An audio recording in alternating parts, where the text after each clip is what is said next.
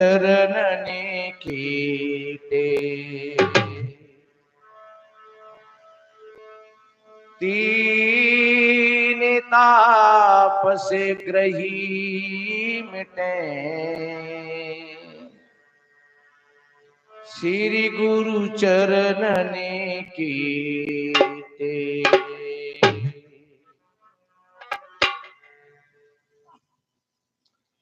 विश्व वंदनीय संत सम्राट सदगुरु कबीर देव, पूजनीय श्रद्धेय संत समाज, सभी धर्म प्रेमी सज्जन, शक्ति स्वरूपाएं माताएं और बहन, भविष्य के कर्णधार, वसुंधरा की गोद में खेलने वाले नन्हे मुन्ने प्यारे प्यारे बच्चे एवं बच्चियां, सभी को बंधन अभिनंदन करते हुए बच्चों एक तुम दोनों बात कर रहे हो बहुत देर से। हाँ तभी तो मैं कह रहा हूँ क्या एक उधर बैठ जाओ,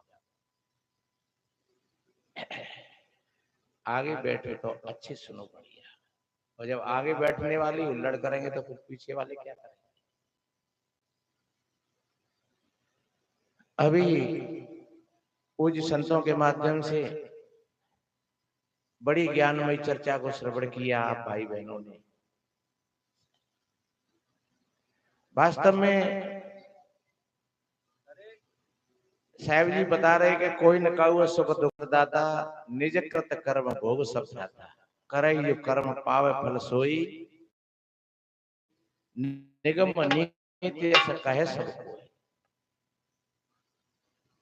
सतगुरु कबीर साहब जी ने कहा है आपन कर्म न मेटो जाए, कर्म का लिखा मिटे धो कैसे यो युग कोट सिराही, आपन कर्म न मेटो जाए। तो संत जगाते, आप सोच रहे होंगे महाराज फिर सत्संग से क्या हुआ, जब कर्म नहीं मिटेंगे दुख नहीं मिटेगा तो फिर सत्संग का मतलब क्या है।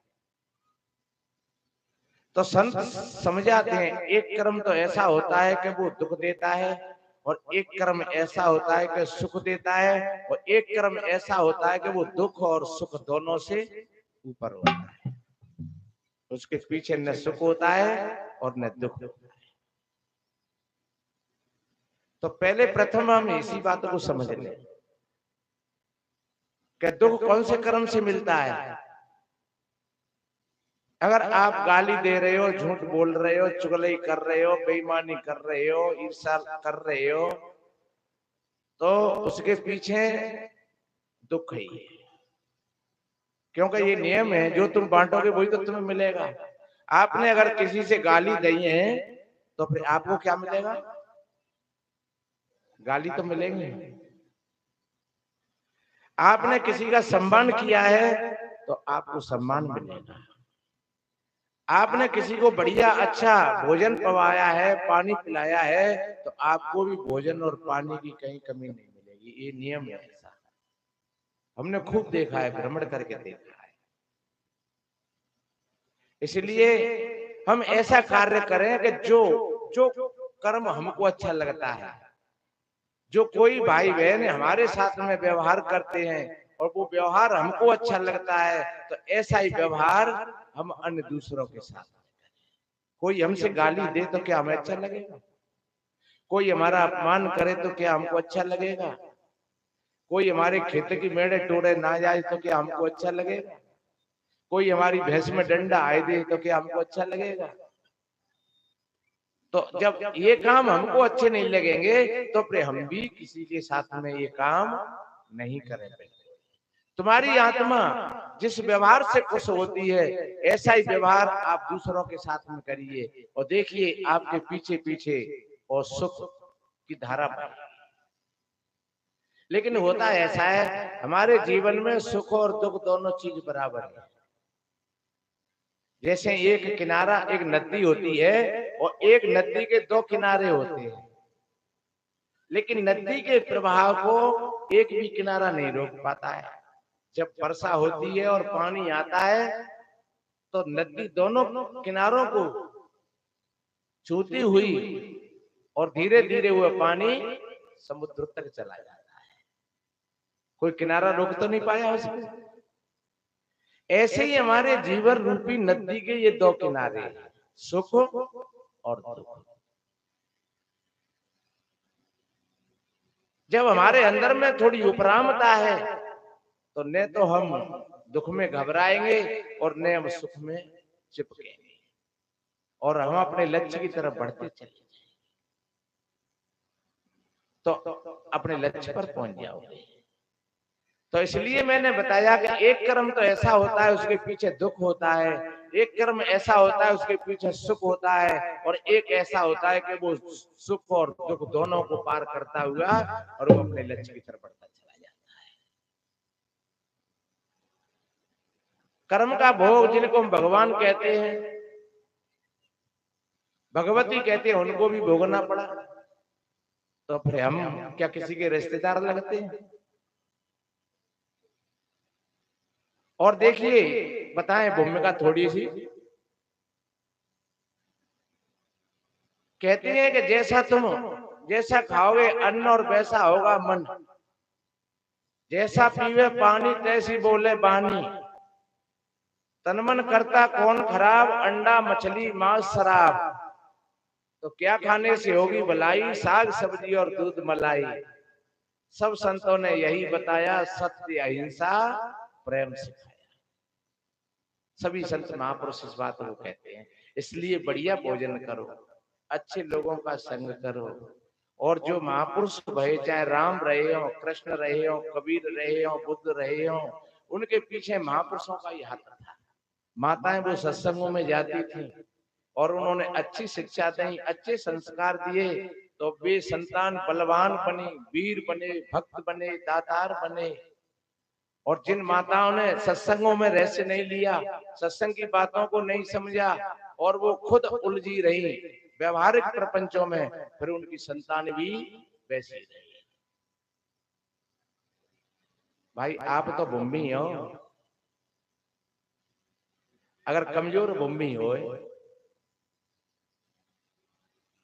और उस कमजोर भूमि में अगर ताकतवर बीज डालो तो वो बीज भी कमजोर हो जाएगा। वो बीज तो ताकतवर था लेकिन भूमि कमजोर थी, खौरीली थी, उसकी माटी में लचीलापन नहीं था, नम्रता नहीं थी, लोच नहीं था, इसीलिए वो बीज पौधा बना लेकिन वो रहेगा ठिठुरो मुठुरो सो। बीज तो बढ़िया हो लेकिन वो ठिठुरो मुठुरो सो रहेगा। और एक कहीं भूमि बढ़िया है, अच्छी, और कमजोर बीज डाला है आपने, लेकिन उस भूमि की शक्ति से और वो कमजोर बीज भी और वो बलवान वृक्ष बन गया। तो आप तो भूमि, अगर आपकी कमजोरी है तो आप अपने बेटी बेटाओं को कभी अच्छी शिक्षा, कभी अच्छे संस्कार नहीं दे पाओगे। और जब अच्छी शिक्षा और अच्छे संस्कार नहीं मिलेंगे तो जैसे कमजोर भूमि में अच्छी फसल नहीं हुई, अच्छे पौधा नहीं हुए, अच्छे फल नहीं हुए, तो वो भूमि भी कैसी लगेगी? फिर बांजड़ सी। क्या वो भूमि अच्छी लगेगी? और जो भूमि अच्छी है और जो एकदम उसमें बढ़िया फसल खड़ी है, बढ़िया फूल आ रहे हैं, बढ़िया वृक्ष लगे हुए हैं, तो वो भूमि हरी भरी, अरे भैया देखो कैसा आनंद आ रहा है। उदाहरण के लिए एक बात बताएं, एक माँ ने, एक बेटा ने अपने माँ की नाक काटी, और नाक क्यों काटी? जब उसको फांसी लग रही थी और लोगों ने कहा, जल्लादों ने कहा कि बताओ तुम क्या मांगना चाहते हो, बताओ क्या खाना चाहते हो, तब उस डकैत ने कहा कि तुम मेरी बूढ़ी माँ से मिलवा दो।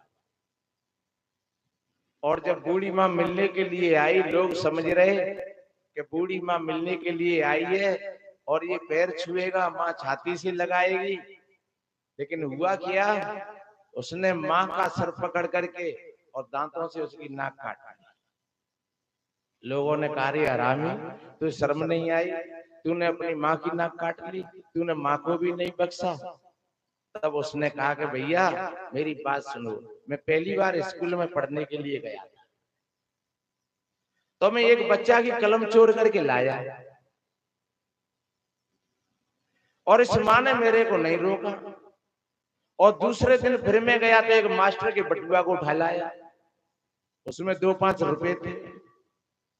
और जब मैंने माँ को दिया बटुआ तो माँ खुश हो गई कि ठीक है बेटा, बढ़िया, ऐसे ही ले आएगा। तीसरे दिन मैं गया तो किसी और चीज को ले आया। तो धीरे धीरे पढ़ने में मेरा मन नहीं लगा और चोरी में मेरा मन लग गया। फिर धीरे धीरे किसानों के खेत में से गल्ला चुरा लेता, सब्जी चुरा लेता। फिर एक और बड़ा हो गया, भेड़ बकरियाओं की चोरी करी। फिर और बड़ा हो गया, फिर गाय भैंस खोलना शुरू किया। फिर और बड़े हो गए, फिर डकैती डाली।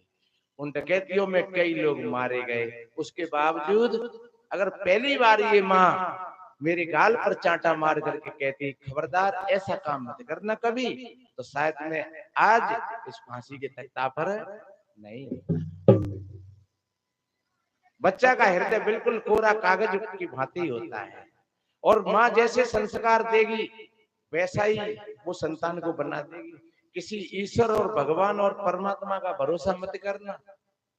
हमने सुना था एक 3 साल की लड़की और एक 5 साल की, एक जैन समाज की कोई महिला, और वो दोनों बेटियों से बुलवा रही और वो फरबट संस्कृत के सूत्रों को बुनती चली जा रही दोनों बच्ची। तो पत्रकार उनसे पूछता है, क्यों माताजी, क्यों बहन जी, आपने इतनी जल्दी इन बच्चियों को इतना ज्ञान कैसे करा दिया? ये संस्कृत की भाषा कितनी जटिल, हम लोग भी नहीं बोल पाते हैं और ये बच्ची धड़ाधड़ बोलती चली जा रही है। तब उसने कहा कि मैंने भी शुरू से ये पाठ करती थी, और जब मेरे गर्भ में थी ये दोनों बेटी तो मैं पाठ करती रही, और फिर जब बाहर आई थोड़ी समझदारी में तो फिर मैं इनको अब वही पढ़ाई पढ़ा रही, इसलिए हाल याद हो जाती हैं ये सारी चीजें। तो देखिए माँ की कितनी शक्ति होती है।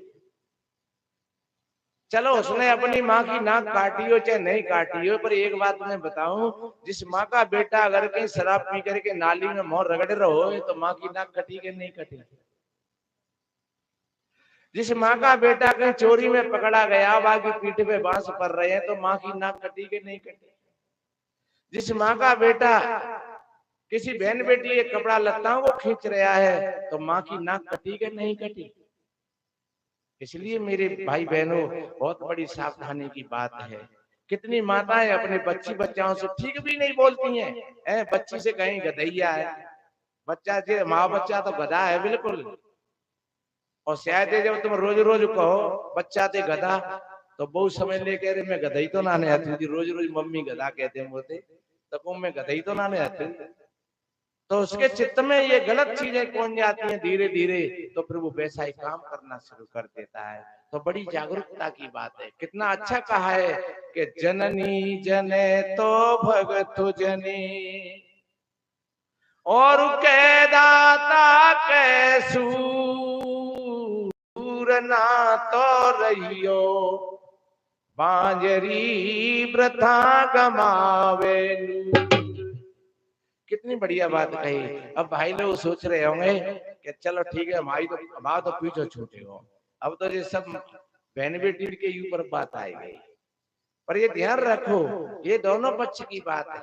मैंने कहा था कि माँ अगर धरती है तो फिर पिता आकाश है।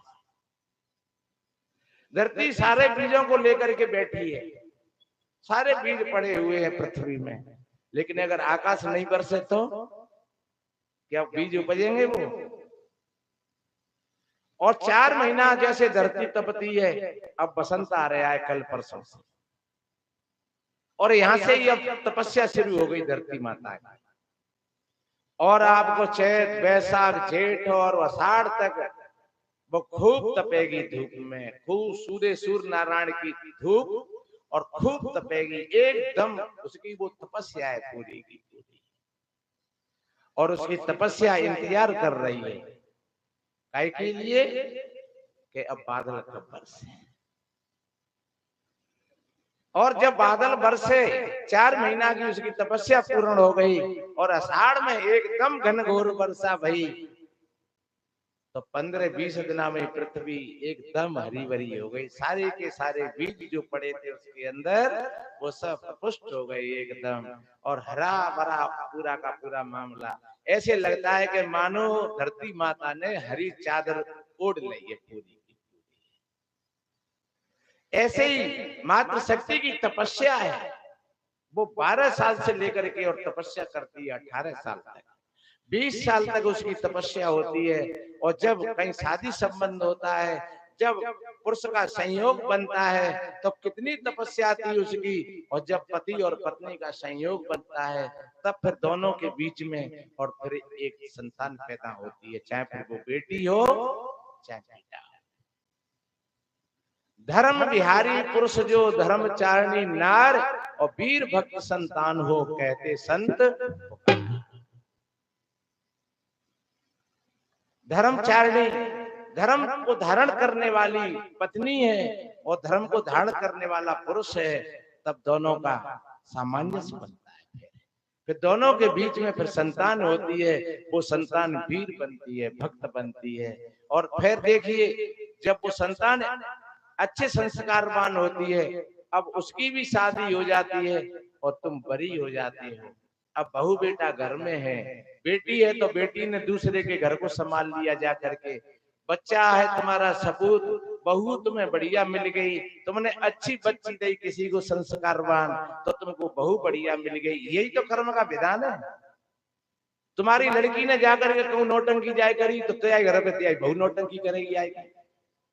ये मैंने देखा है, ऐसे मैंने 4 जगह देखी है ऐसी, कि जिन लड़कियों के पक्ष में माता पिता ने आकर के केस लगवाए और मुकदमा चले, और लड़की घर में है, तो फिर 2 साल बाद फिर बहू से भी कोई मामला बन गया, बहू ने भी फिर केस कर दिया और फिर मुकदमा चला, और चल रहे हैं, आज भी चल रहे हैं। इसलिए ध्यान रखो, बेटी और बहू एक ही बात होती है। तो तुमने अच्छी बेटी दी किसी को, तो तुमको बढ़िया बहू मिल गई अच्छी, और तुम्हारा बेटा बढ़िया है। और एक बात बताएं, जब तुमको मिलते हैं बेटी के सास ससुर,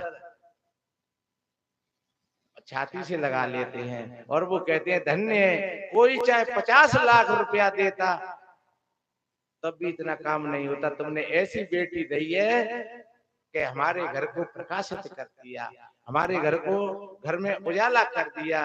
धन्य आप जैसी माता पिता के लिए। तो उधर बेटी की तरफ से तुम्हें शाबाश मिल रही है, उधर में तुम्हारी बहू और बेटा सपूत हैं। अब तुम सत्संग में बैठे हुए हो। हम देख रहे हैं, जो हमारे मार साहब गिरिराज सिंह है, तो कल से हम देख रहे हैं आए जब से, दोनों बच्चा बहुत बढ़िया अच्छे एकदम, और दोनों बहू बहुत बढ़िया, देवी जी बहुत बढ़िया। तो देखिए, ऐसे परिवारों की बहुत बड़ी आवश्यकता है। कहते हैं एक ने कही एक ने मानी तो दो ज्ञानी, और एक ने कही एक ने नहीं मानी तो दो अज्ञानी। अब पति पत्नी में होता तुद्दी है रही है? एक लड़का पढ़वे गयो तो लेट है गो, स्कूल में आयो, हमारे मार साहब के स्कूल होगो शायद, तो पढ़वे आओ स्कूल में, लेट है गो ज्यादा। मास्टर ने पूछी क्यों रे भैया तू लेट क्यों हो गया? कि मम्मी पापा में लड़ाई है गई। तो मम्मी पापा में लड़ाई है गई तो है जान दे, तो तू तो जल्दी आ जा। तो कि मेरो एक जूता मम्मी के हाथ में एक पापा के हाथ में, उनका बिना जूतन पे वैसे चलो हाथ। अरे कहीं पा गया। अब विचार करो, जिस घर में मम्मी पापा में जूताबाजी है रही हो, तो फिर बेटी बेटा फिर क्या करेगा? इसलिए वहां संसार संस्कारों की बहीनता होती है। मेरे भाई बहनों, ये सदगुरु कबीर साहब जी का कोई निराकार और निर्गुण का ज्ञान नहीं है, ये सदगुरु कबीर साहब जी की प्रत्यक्ष शिक्षा है। आज तुम कर, इसको कहते हैं नगद, इसको कहते हैं सद शिक्षा, नगद, जो आज से तुम शुरू करोगे तो आज से तुमको अपने जीवन का लाभ मिलेगा। हमारे साहब जी कह रहे हैं कि 2 दुख हैं, जन्म और मरण का, लेकिन सृष्टि होती है, कोई छत पर ऊपर उड़ करके नहीं पहुंच जाएगा। क्रम बाई क्रम अगर तुम चले जाओगे तो तुम छत पर पहुंच जाओगे, तुमको पता भी नहीं लगेगा कि छत कब आ गई। और तुम वैसे बिना जीना के तुम मारो हुकड़ी तो हाथ पाए नोट टोल लो, छत्तू पर चढ़ नहीं पाओगे और हाथ पाए नोट टोल लो। इसलिए ये जो सत्संग है ये आपको अंधविश्वास में नहीं भटकाता है। ये आपसे ये नहीं कहता है कि चाहे तुम बेईमानी करो, चाहे माल मारो, चाहे कैसे रहो, तुम तो देवी देवता ने पूजो, तुम भगवानों को भजन करो, सब माफ हो जाएगा। इस तरीका से ऐसे नहीं कहते हैं। ये कहते हैं तुम्हें आज से क्या काम करना है। जब आप ऐसा काम करोगे, माता मंदाल शाह ने अपने 6 बेटाओं को महात्मा बना दिया था। और जब बच्चा रोता तो माँ कहती शुद्धो असी बुद्धो असी निरंजनो निर्विकारो असी संसार माया परवरितो असी। ये बेटा तुम शुद्ध हो, तुम बुद्ध हो, तुम साक्षात परमात्म स्वरूप हो। ये रोना तुम्हारा धर्म नहीं है और तुम तो साक्षात परमात्म स्वरूप हो। और जब बच्चा 8-10 साल का होता तब तक वो ज्ञानी बन जाता। तो माता मंदाल शाह ने अपने 6 बेटाओं को महात्मा बना दिया। तो कोई भी माता अगर ऐसा संकल्प ले ले कि मैं अपने बेटा को वीर बनाऊंगी या भक्त बनाऊंगी या दातार बनाऊंगी, तो वो जो चाहे वो बना लेगी। ध्यान रखो। अब देखो आजकल घरों में कहीं कहीं जाते हैं, संत महात्मा भी जाते हैं, तो कितना अंधविश्वास है। एक घर में हम गए तो वो कह रहे कि घर का वो कर रहे हैं उद्घाटन, प्रवेश। तो क्या बात है, हाँ एक तो बाप माता को यंत्र लगो, काली सी जीभ निकाल के वो लगाए ना दे दरवाजे पे, उसको यंत्र बोलते हैं, काली का यंत्र बोलते हैं। अब एक विचार करिएगा, छोटा सा बच्चा वह यंत्र देखे तो बाकी चित्त में अगर वो भीतर घुसेगो तो वो भयभीत रहेगा। ये ध्यान रखना। तो एक तो वो यंत्र लगा हुआ था, एक दूसरे एक उल्टा जूता लटका हुआ वहां पे और ऊपर एक टायर लगो। तो जब हम पहुंचे हमने कहा भैया ये जूता उल्टा क्यों लटकाए था? बोले महाराज गृह प्रवेश कर रहे हैं और ने घर बढ़िया बने हुए सुताते शायद की नजर गुजरने लग जाए। मैंने कही पागल हो, जहाँ संत महात्मा आ रहे हैं, अतिथि मेहमान आ रहे हैं और तुमने उल्टो जूता लटकाए था दरवाजे पे, तो जी तुम उनका अपमान कर रहे हो हैं? अरे तुम्हारे अगर मेहनत मशक्कत की कमाई है तो मकान का क्या बिगड़ेगा? और ये चित्र लगा हुआ है ये भी अंधविश्वास है। और ये टायर का कौन लटका हुआ है? तो बहु बेटी वे हंस रही वैसे ही और हम वैसे ही बात कर रहे हैं। थोड़ी देर बाद बच्चा लेकर के आई, बच्चा के तमाम अंटर घंटर बंधे और कह रही महाराज जाए कहीं नजर लग जाते कहीं बार बार। हमने कही तो जाओगे 2 जोड़ी जूतन की और एक टायर लटका जाके ला रहे काय को नजर लगे घर को तो इंतजाम कर ही लो या बच्चों को इंतजाम कर। अरे बाबा के तुम तो हंसे रहे हो। तो हम कहते हैं बच्चे को नजर नहीं लगती है, ये माँ के अंदर में ऐसी भावनाएं होती हैं तब बच्चा बीमार होता है, बच्चे को नजर नहीं लगती है। और एक बात बताएं, जो माँ ज्यादा भय और चिंता और टेंशन करती है और लड़ती है, वो ऐसे स्थिति में अगर बच्चे को दूध पिलाती है तो मैं दावे के साथ कहता हूँ वो बच्चा जरूर बीमार होगा और बार बार बीमार होगा। क्योंकि क्रोध में हमारा पूरा शरीर विषाक्त हो जाता है और उस विषाक्त दूध को जब बच्चा पिएगा तो वो बच्चा भी बीमार हो जाएगा। उसको कहते हैं कि सूखा बाय लग रहा है।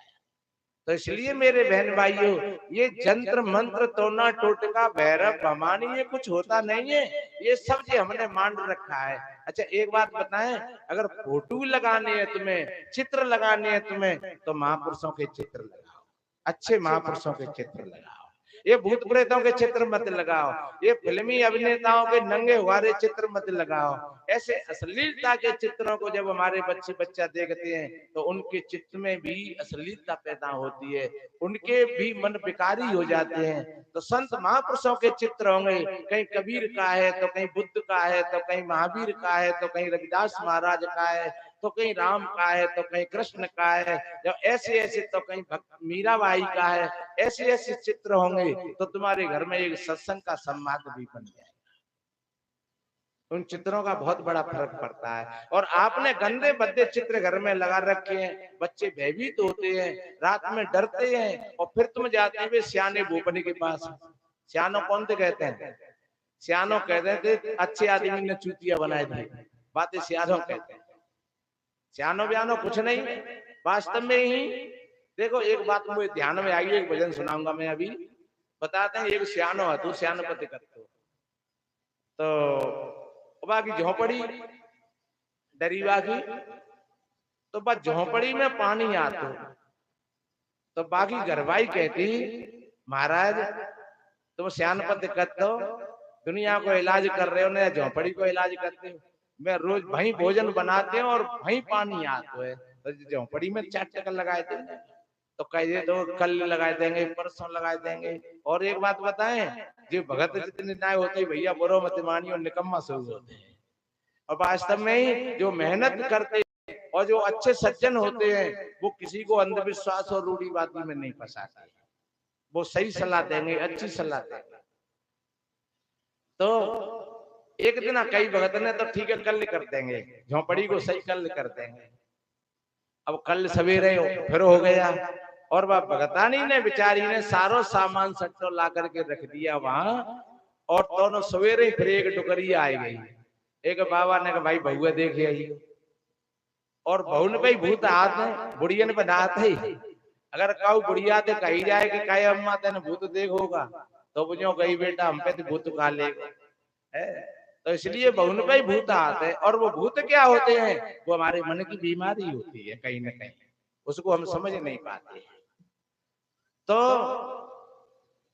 माँ ने अपना झोला और डंडा उठाया और वो चल दिया और भाई गुस्सा आई भगतानी है देख लो 15 दिन आते पागल बनाए रहो और आज फिर दाई में निकल गए।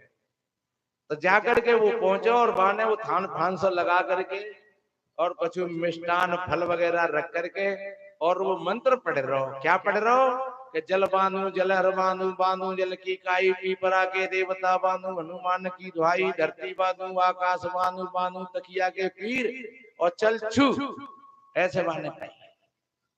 और बाकी पत्नी ने पीछे उतार चप्पल और 5-7 चप्पल दीवाई मुड़े तो छाती में आग लगा दी तेई में ए धरती बांधे रहो आकाश से बांधे रहो चंदा बांधे रहो सूरज बांधे रहो और हूँ झोपड़ी की 15 दिन आते लगी हो वहां में 4 टक नहीं बांधे गए और जहां दुनिया बांध के धरे लिए तो मेरे भाई बहनों ये ऐसा जो अंधविश्वास हमारे जीवन में अगर आता है तो ध्यान रखो ये हमारी नासमझी है। ये सत्संग में हम नहीं जाते हैं इसीलिए हमारे अंदर में ये अज्ञान है। इसलिए तमाम भैरव ब्रह्मांडी और भूत प्रेतों को हम पूजते हैं। लेकिन जो ठीक कोई मात्र शक्ति जागृत है तो देखो मैं एक भजन सुनाऊं। एक माँ ने अपने बेटा को किस तरीका से समझाया 6 महीना के बच्चा को। आप सोच रहे होंगे कि 6 महीना का बच्चा क्या समझेगा और मैं कहता हूं 6 महीना का नहीं अरे बच्चा तो माँ के गर्भ में ही बहुत समझ लेता है। कथा चाहे भले ही काल्पनिक हो लेकिन अभिमन्यु ने माँ के गर्भ में ही वो कथा सुन ली थी चक्रवाऊ की। लेकिन थोड़ी देर के लिए माँ सो गई और माँ सो गई तो उसका परिणाम क्या हुआ कि 1 मिनट की माँ की नींद ने और वो बेटा की मृत्यु का कारण बना। अगर 1 मिनट और जागृत रहती तो शायद महाभारत में अर्जुन की कोई आवश्यकता नहीं होती। अकेला अभिमन्यु हुई और विजय कर देता तो वो माँ की कमी थी। इसलिए देखिए वो माँ क्या समझाती है और ऐसे ही प्रत्येक माँ अपने बच्चाओं को ऐसा उपदेश दे ऐसा ज्ञान दे और ये बिल्कुल सरल सी बात है मोटी बात है। वो माँ कह रही है